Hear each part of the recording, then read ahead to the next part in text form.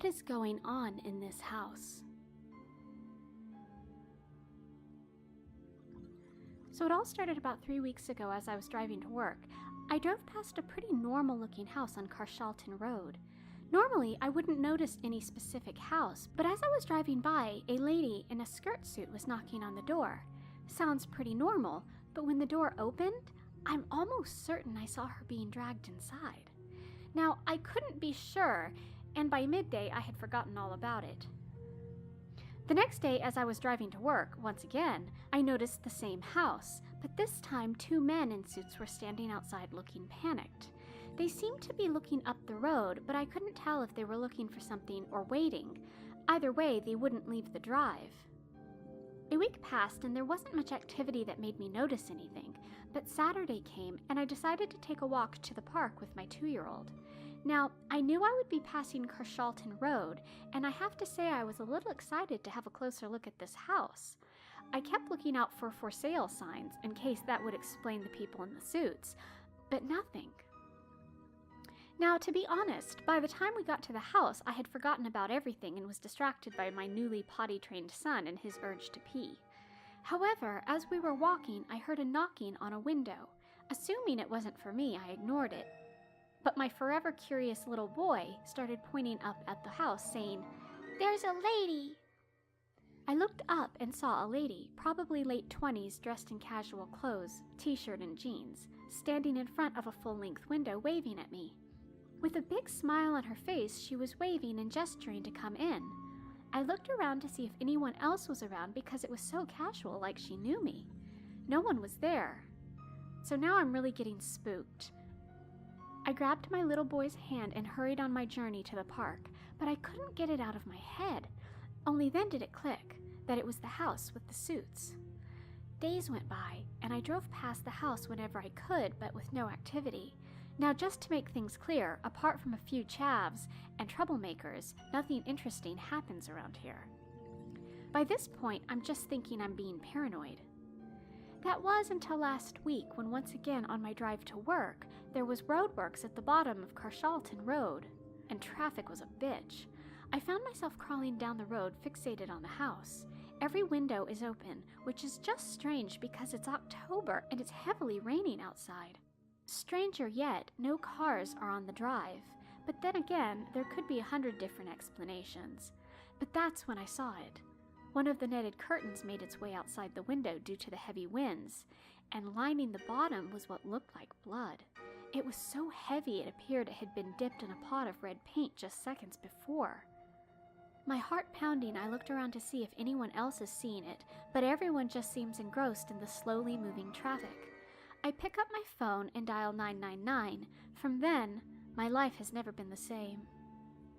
After explaining what I saw and getting them to text me a reference number, I tried to carry on as normal. I carried on my normal routine work, my son and housework. 2 days ago, I glanced at my phone to see a friend request on Facebook. I recognize the face but cannot pinpoint from where. I ignore it and carry on with my day until I receive a call from an unrecognized number. I leave it to go to voicemail, only remembering later that night to listen to it. I sit on the sofa and call my voicemail to hear a gentleman tell me he's from the local police station and to ring him back urgently. I try the number, but it's too late, and so I wait until the next morning. Ringing the number once again, I get through to PC Taylor. He tells me they need to speak to me urgently and to come in as soon as possible. I tell him my address, and he tells me to stay inside, lock the doors and windows, and he will be around soon.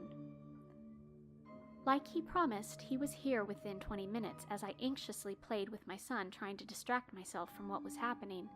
He tells me to sit down, and he has some troubling news about a recent report I made. 2 officers were scheduled to check out the house a couple hours after my report. When they arrived, there was no answer, but due to the nature of the report, they were given the all clear to enter through one of the open windows. Once in, it was quite apparent they were entering a murder scene. How many and the nature of this he was unable to confirm until a public conference was held. No arrest had been made, and the investigators were still working on any leads as the owners of the house now resided in France, and the tenants were renting on an off-the-books basis, so that was a dead end. I asked why this would mean I needed to lock my windows and doors, to which he answered, I'm afraid that during the search of the house, a laptop was found which included a file. Within this file, there were multiple pictures of various different people, one of which was you." I froze. I have never felt fear like it. My coping mechanism of finding logical explanations wasn't working anymore. I couldn't find words, even though I had 1,000 questions in my head, the only one of which I was able to get out being, "Why?" "We don't know, but try not to worry too much. There were many other pictures of people. You were just one of many. These people may have just been taking random pictures out of the window." Now, I wouldn't say I was relieved, but a rice-sized amount of fear was released. But more questions arose. People? There was more than one person involved? Again, he refused to disclose. I asked if I can ring 101 with my reference number to get updates. He looked a little confused and told me that due to the severity of the situation, it is probably best that I call him directly, and gave me a card. It was blank, with just a number and an embossed circle with a square tilted to a diamond in the middle. Well, what now? Nothing apparently. I just need to sit tight and wait for this to go public. Carry on with life as best as possible, like nothing has happened. I'm scared. So scared.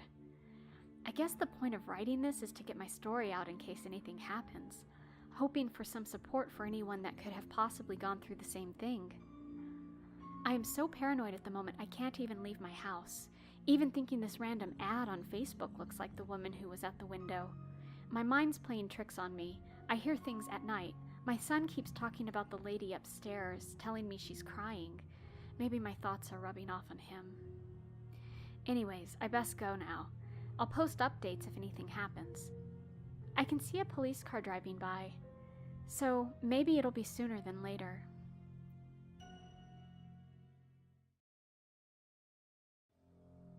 The Brennwood Well.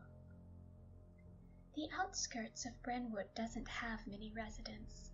Of course, there is a reason for that. The town council simply says that residents there aren't close enough to stores to be comfortable to live in. Plus, being close to the surrounding forest can attract unwanted animals. And most agreed, but I know better. There is a single well on the outskirts of the town. Other than being a wishing well that kids dared others to use, it was also a staple of the older days of the town. The time when the well was vital for people's lives, until the 1950s. The well was, of course, not being used for a very long time, but now the well was filled at the bottom, so people decided to use it as a good old wishing well. If you had a quarter on you, you might as well use it for something, right? Not many people know that those wishes didn't come true, until the thing that lives down there came around. People first learned about what was giving out wishes when a man came by wishing for love. The thing asked, "And who do you wish for your true love to be?" The man was startled for sure, but assumed that this was part of the process of wishing, so he named the woman of his dreams. About a month later, they announced their marriage. People soon learned about the thing that speaks in the well, and the voice gave a response. All it stated beyond a wish to them was that they could only make 3 free wishes. When they saw the results of the man's wish, they decided to abide by this creature's rules and make their dreams come true. People wished for money, fame, power, anything. It was paradise, but then people got their wishes. Soon enough, the majority of the town used up their 3 free wishes. Some saved their wishes for the day they needed it. This brought unwanted attention from people who wanted that wish. They would be forced, bribed, whatever you think would persuade them, people tried it. And then someone decided to ask the thing down there. It was a kid. He went up to the well and asked why they only had 3 wishes. "Oh, well, you could only have 3 free wishes. I never said you couldn't have more," he replied. "But there is a price to pay for the 4th. The kid asked for his parents to love him more. He thought all his parents' attention was going to his newborn sibling. The thing replied, "Bring the child to me, and your wish shall come true." The newborn was brought late at night, and the thing applauded him. "Now drop him into the well," he instructed. The child did it without hesitation, and a dull splash was heard at the bottom. The thing began to growl. "Congratulations, child. You have paid for your fourth wish," it responded. The child was showered with love by the broken parents who were torn apart by the disappearance of their baby, and didn't want to lose another. The child was elated. A fourth wish came true. The boy talked about his discovery of the fourth wish and how you could get one. Yes, people could be horrified with the loss of a child for it, but who had time for that when there was a way to get more wishes? There was a noticeable amount of disappearances on the outskirts. Kidnappings, people would presume, pretending to not know what was going on, even if they may have done it themselves. But the thing was even worse. Soon it began to ask for a sacrifice for a third wish, and then a second wish, but it kept the first one free. It needed someone to be willing to pay an increased price after the first. A child that wasn't abducted came to the well. He didn't even want to make a wish, just ask it a few questions out of curiosity. "Do you eat?" he asked. "Oh, of course, but I get so hungry sometimes when people don't want to feed me, and I can't leave the well," the thing lamented. "Oh, well, I wish that you could come up and get food for yourself," the boy exclaimed. He pulled out a coin, dropped it into the abyss of the well, and sealed the fate of the town. "Thank you," the thing grasped. The boy went missing, along with 10 other people. It got so out of hand that the town council ordered for the well to be blocked. It didn't help. Claw marks and a gaping hole were left on the lid that sealed the well. This thing wasn't planning on stopping, thanks to that kid. The outskirts population dwindled when this thing hunted. It's been pretty dormant lately, but I know it won't last. Why do people dare each other to make a wish in that fountain? Because whenever they do, they, along with a few others, disappear without a trace. I don't know what that thing is, but it really enjoyed the taste of a sacrifice.